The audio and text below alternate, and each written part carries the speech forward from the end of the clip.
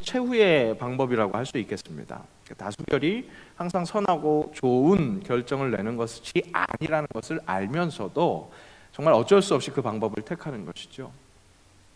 성경에서도 다수결이 꼭 하나님의 방법대로 따라가는 것이 아니었다는 것을 가르쳐 주시는 그런 여러 사건들이 있었습니다. 그 중에서 아주 대표적인 것, 모세가 가나안 땅으로 들어가기 전에 정탐꾼을 보내죠. 12지파의 대표격으로 총 12명의 정탐꾼을 보냅니다. 그들이 가나안 땅을 정탐하고 왔습니다. 그에 대한 반응, 그 땅을 본 반응은 엇갈렸습니다. 10대 2였죠. 10명은 그 땅의 거인들을 보고 정말 그 신장이 장대하더라.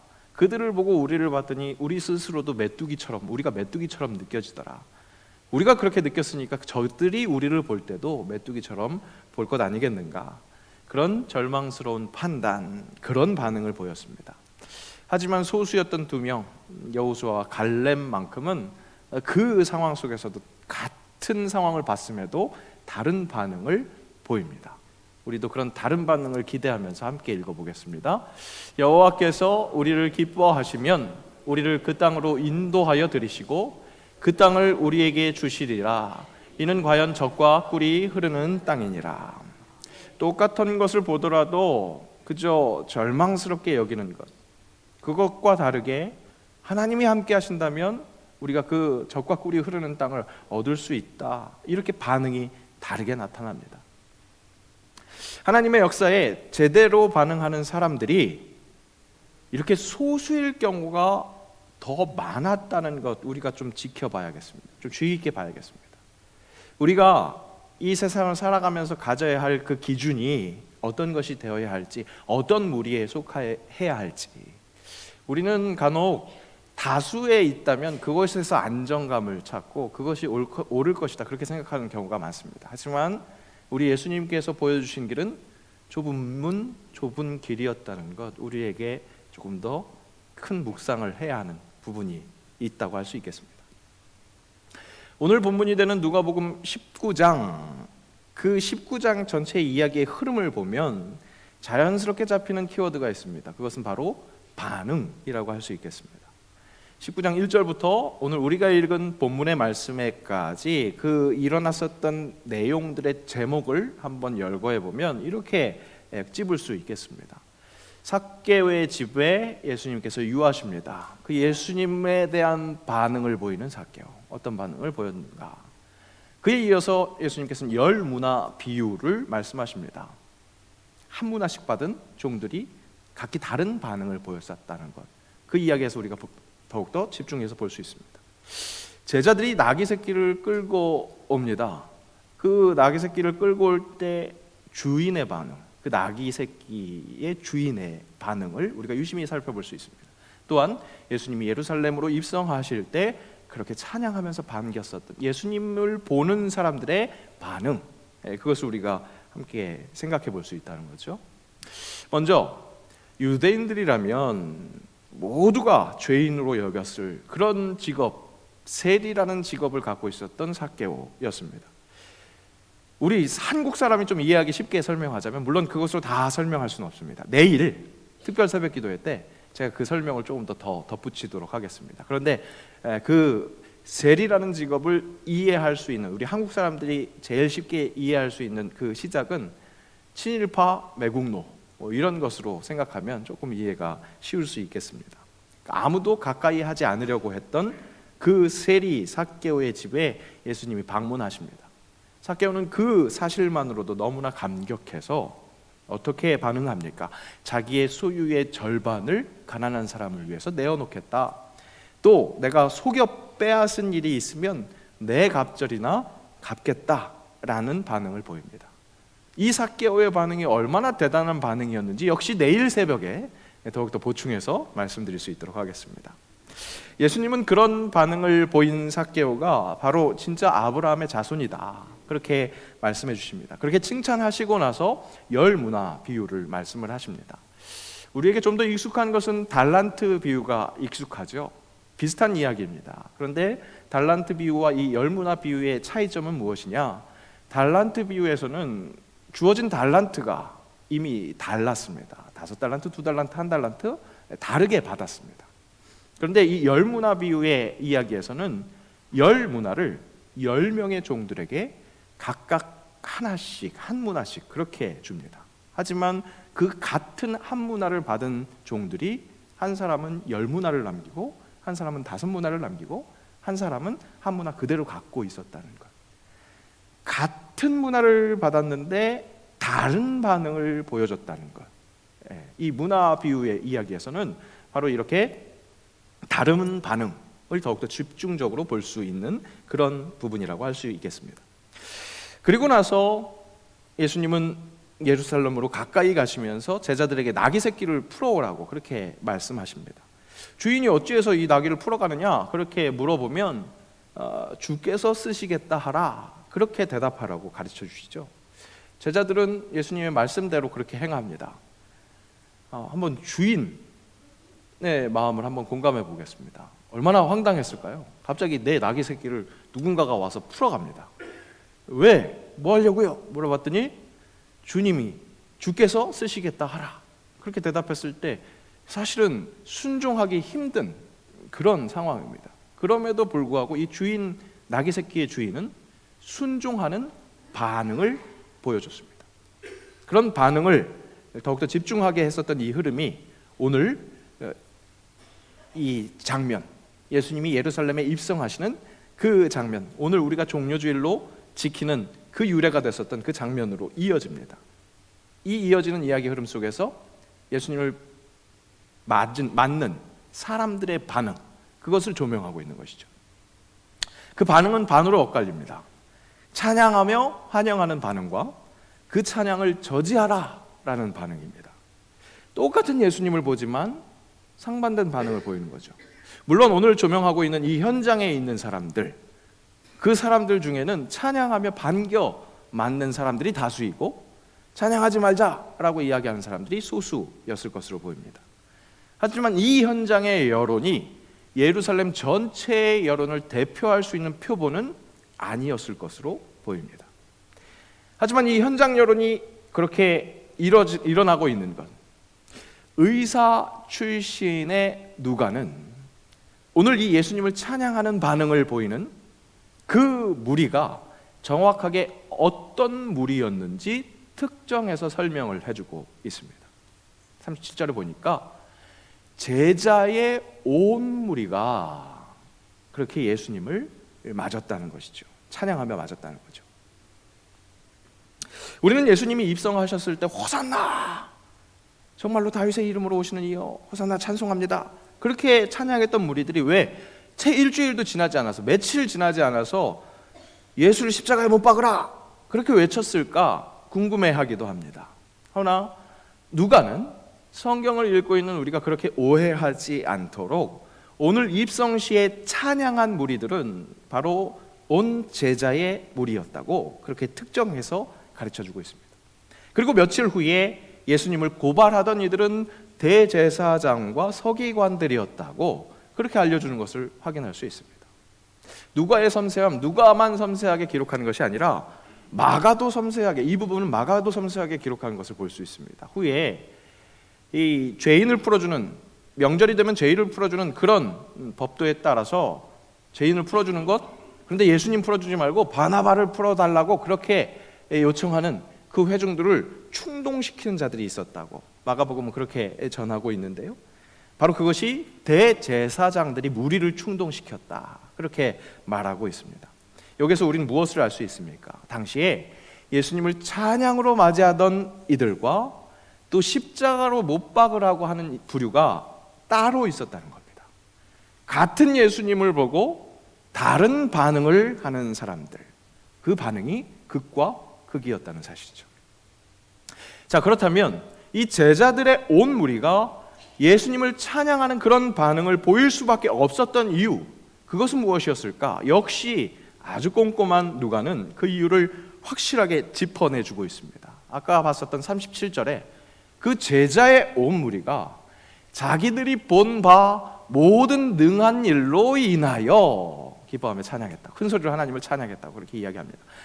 하나님의 아들 예수 그리스도가 그 놀라운 영광을 보여주셨습니다. 그래서 이스라엘을 구원할 메시아로 받아들일 수 있도록 그렇게 보여주셨기에 제자의 무리들은 그를 받기에, 그 영광을, 하나님의 영광을 받기에 오늘 찬양할 수 있었습니다. 물론 오늘 예루살렘으로 오시는 예수님을 호산나 찬양하면서 그렇게 찬양했었던 그 제자의 무리가 가지고 있던 예수님에 대한 인식은 아직 완전하지 않았습니다. 이스라엘을 정치적으로 해방시켜 주실 메시아, 그런 기대를 가지고 있었습니다. 그들의 인식은, 예수님에 대한 그들의 인식은 아직 거기에 머물러 있었습니다. 하지만 그들의 찬양이 어땠습니까? 그 찬양이 만방의, 열방의 구원자 되시는 예수님을 온전히 찬양할 수 있는 그 내용의 찬양이었습니다. 우리도 그 예수님을 찬양할 수 있도록 함께 찬양하며 읽어보겠습니다. 이르되 찬송하리로다 주의 이름으로 오시는 왕이여, 하늘에는 평화요 가장 높은 곳에는 영광이로다 하니. 예수님을 이렇게 맞이하는 그들의 인식이 아직은 이스라엘을 구원할 그 정치적인 해방자라는 그 인식으로 멈춰져 있었지만, 그들이 찬양한 그 찬양의 구절구절은 만방의, 열방의 소망 되신, 유일한 소망 되신 예수 그리스도를 찬양하기에 부족함이 없었기에 예수님의 그 구원 사역에 쓰임 받을 수 있었던 것이죠. 오늘 우리도 하나님께 집중하고 있습니다. 예수님을 바라보고 있습니다. 하지만 그 예수님을 온전히 누릴 수 있는 것 아직 멀었습니다. 많이 알고 계신다고 생각하십니까? 그 예수님을 다 아는 데 있어서는 아직 아주 조금밖에 모르고 있는 것이 우리의 현실입니다. 아직 성장 중입니다. 하지만 그 와중에 진실되게 예수님을 사랑하고 찬양하게 될 때 그 예수님의 구원 사역에 우리도 쓰임 받을 수 있게 된다는 것이죠.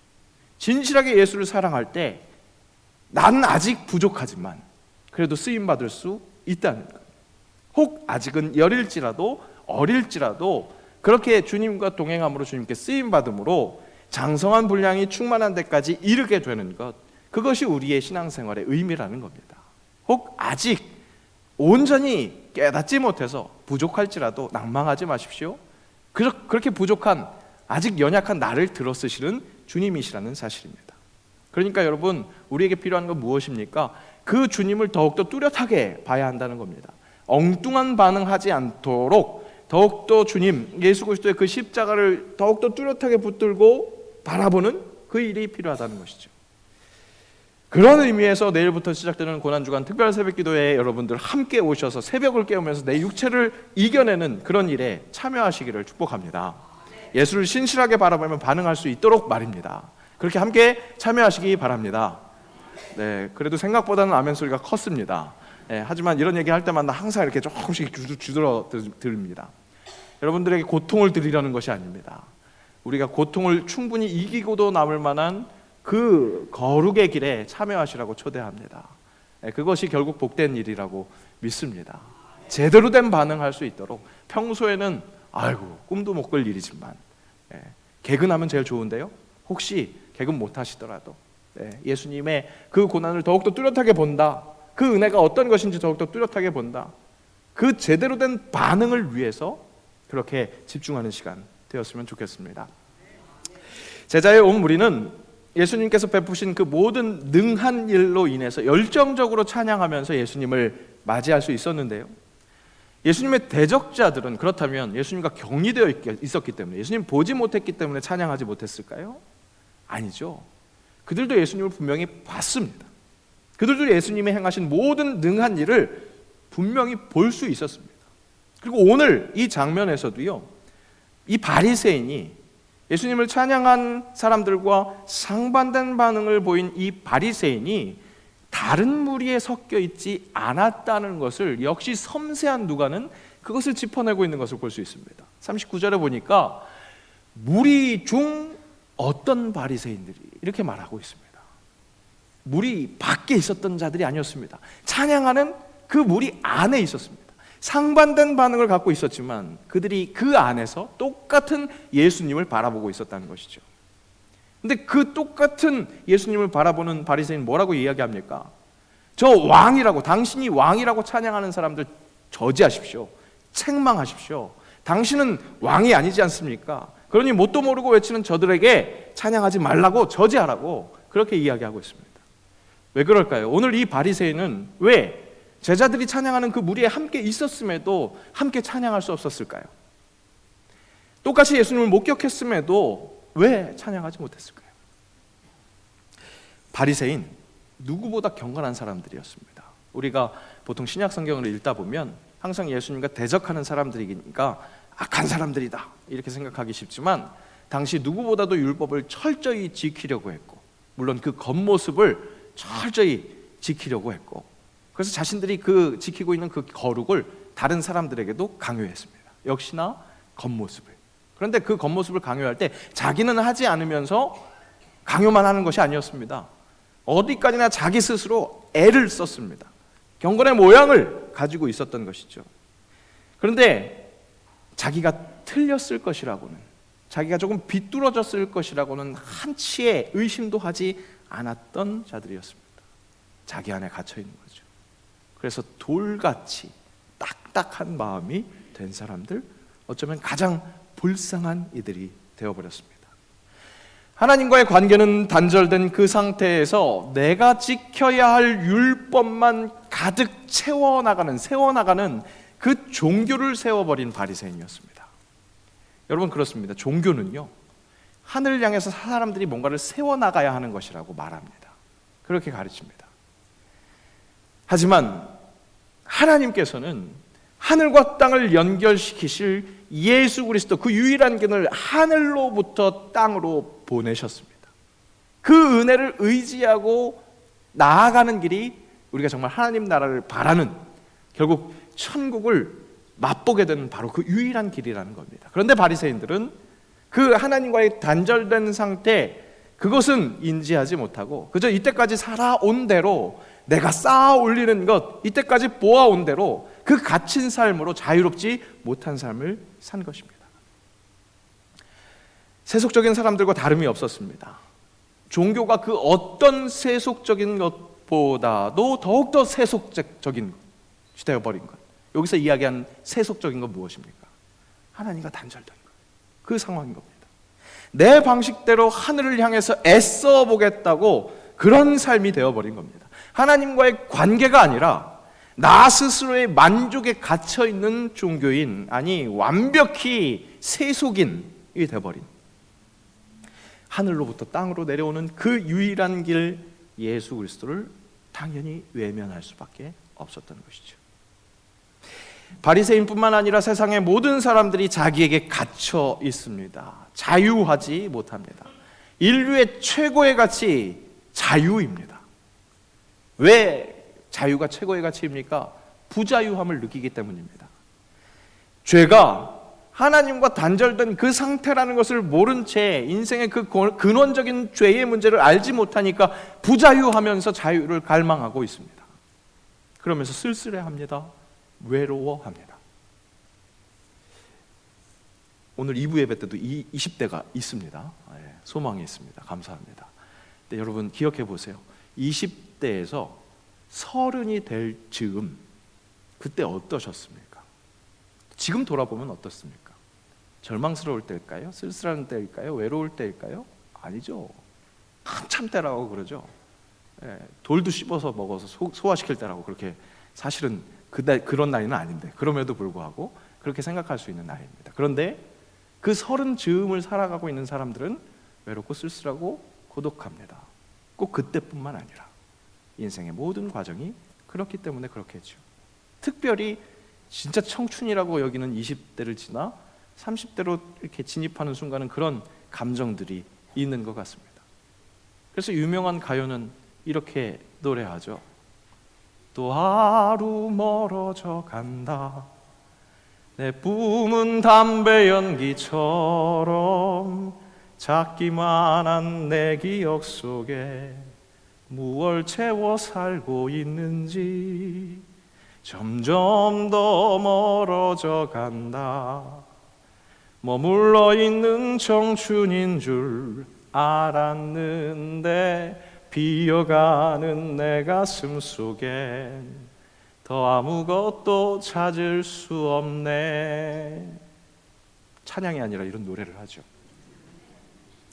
이 노래를 부른 김광석이라는 가수를 제가 되게 좋아했습니다. 그래서 저도 30즈음에, 아니 30 되기도 전에 20대부터 뭔가 이렇게 우수에 차서 인생은 이렇게 외로운 거지, 고독한 거지, 뭐 이런 감성을 있었던 것을 기억하게 됐습니다. 사람들은 그렇게 외로워합니다. 누구나 그렇게 고독이 있다, 쓸쓸하다, 시간은 그렇게 허무하게 지나간다, 점점 더 나를 향해서 멀어져 간다, 그렇게 노래합니다. 하지만 예수 그리스도를 통해서 진리, 하늘로부터 내려온 이 땅에서 자유할 수 있게 하시는 그 진리를 본 새벽 이슬 같은 주의 청년들은 그 똑같은 일을 바라보고 완전히 다르게 해석합니다. 세상은 이렇게 노래하죠. 아까 그 멜로디를 그대로 땁니다. 또 하루 멀어져 간다고, 그러나 우리는 이렇게 노래해요. 집으로 갈 시간에 또 하루 가까이 왔다고. 시간은 그저 흘러가지 않아요. 우리를 집으로 데려다 주고 있죠. 집에 도착하기 전까지 마음 빼앗기지 말고 우리 마음껏 사랑하며 삽시다. 내 주여 내 맘 붙드사 그곳에 있게 하소서. 그곳은 빛과 사랑이 언제나 넘치옵니다. 한번 다시 할까요? 내 주여 내 맘 붙드사 그곳에 있게 하소서. 그곳은 빛과 사랑이 언제나 넘치옵니다. 아멘. 똑같이 세상이 흘러가고 있는 그 시간의 흐름 속에서 똑같은 것을 바라보지만 완전히 다른 반응을 하는 우리가 될 수 있다는 것. 예수라는 길, 아버지께로 돌아갈 수 있는 그 유일한 길에 제대로 반응하는 사람은 이렇게 시간이 헛되지 않습니다. 멀어져가는 그 절망이 아니라고 찬양합니다. 호산나 호산나 찬양할 수 있다는 겁니다. 이런 이야기가 있습니다. 어느 법학도가 경제적 어려움으로 인해서 학업을 계속해서 이어나갈 수 없으니까 어떤 자선가를 찾아가서 경제적 도움을 구합니다. 이 자선가가 일단 도와주기로 마음먹고 약속해주고 이렇게 물어봅니다. 이 돈을 주면 무엇을 하려고 하오? 우선 법대를 마쳐야 하겠습니다. 그리고 그 다음에는 변호사가 되렵니다. 그리고 그 다음에는 돈을 벌어야겠지요. 그리고 그 다음에는 집을 짓겠습니다. 그리고 그 다음에는 마차를 사겠습니다. 그리고 그 다음에는 결혼해야죠. 그리고 그 다음에는 자녀를 낳고 교육을 시켜야겠죠. 그리고 그 다음에는 점점 늙어가겠죠. 그리고 그 다음에는 점점점. 젊은 법학도는 대답을 하지 못했다고 합니다. 이후 성공한 법학도가 그리고 그 다음에는 이 질문을 자기가 공부했었던 그 대학의 한복판에 크게 써놨다고 합니다. 아마 성공했다면 그리고 그 다음에는 이라는 질문에 진리를 찾았기에 성공할 수 있었겠죠. 모든 인류가 대면해야 할 그리고 그 다음에 있을 현실은 죽음입니다. 하지만 그 죽음이 끝이 아니라는 것을 알려주시는 예수 그리스도의 부활. 내 삶의 한복판 예루살렘으로 그분 예수님이 들어오십니다. 다 함께 맞이하는 무리 중에 내가 있습니다.